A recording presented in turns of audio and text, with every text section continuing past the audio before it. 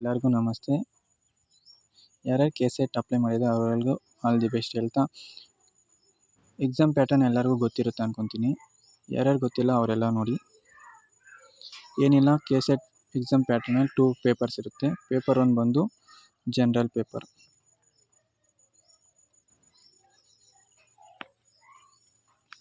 Second paper ಬಂದು specific subject.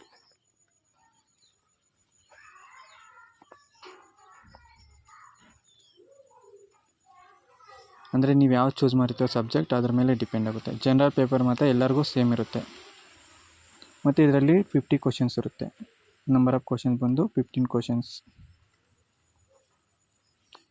ಇದರಲ್ಲೂ 100 ಇರುತ್ತೆ. ಸ್ಪೆಸಿಫಿಕ್ ಸಬ್ಜೆಕ್ಟಲ್ಲಿ 100 ಕ್ವಶನ್ಸ್ ಇರುತ್ತೆ. Each question carries 2 marks. ಒಂದು ಕ್ವಶನ್ಗೆ 2 marks.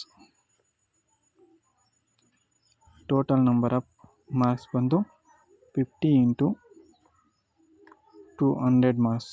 Total number of marks ಎಷ್ಟು? 100 ಮಾರ್ಕ್ಸ್. ಇಲ್ಲಿ ಸೇಮ್ ಒಂದು ಕ್ವಶನ್ಗೆ ಬಂದು 2 ಮಾರ್ಕ್ಸ್.